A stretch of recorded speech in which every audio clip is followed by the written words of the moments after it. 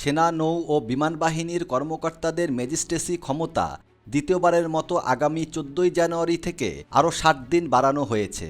রোববার ১২ জানুয়ারি জনপ্রশাসন মন্ত্রণালয় থেকে এক প্রজ্ঞাপনে এমন তথ্য জানা গেছে।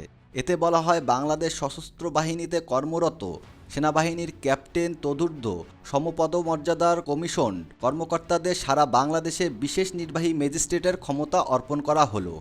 তাদের পাশাপাশি কোস্টগার্ড ও বিজিপিতে কর্মরত সামরিক কর্মকর্তারাও একই ক্ষমতা পেয়েছেন।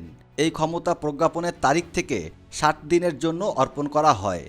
এর আগে গেল বছরের ১৬ই নভেম্বর সামরিক বাহিনীর ম্যাজিস্ট্রেসি ক্ষমতা ৬০ দিন বাড়িয়ে প্রজ্ঞাপন জারি করে সরকার। দেশের আইন শৃঙ্খলা পরিস্থিতি নিয়ন্ত্রণে গত ১৭ই সেপ্টেম্বর সেনা কর্মকর্তাদের ম্যাজিস্ট্রেসি ক্ষমতা দেওয়া হয়। এর কয়েকদিন পর ৩০ সেপ্টেম্বর থেকে এই ক্ষমতা দেওয়া হয় নৌবাহিনী ও বিমান বাহিনীর কর্মকর্তাদের। প্রজ্ঞাপন থেকে জানা যায়, ফৌজদারি কার্যবিধি ১৮৯৮ এর ৬৪, ৬৫, ৮৩, ৮৪, ৮৬, ৯৫ এর ২, ১০০, ১০৫, ১০৭, ১০৯, ১১০, ১২৬, ১২৭, ১২৮, ১৩০, ১৩৩ এবং ১৪২ ধারা অনুযায়ী এই এক্সিকিউটিভ ম্যাজিস্ট্রেটের ক্ষমতা দেওয়া হয়েছে।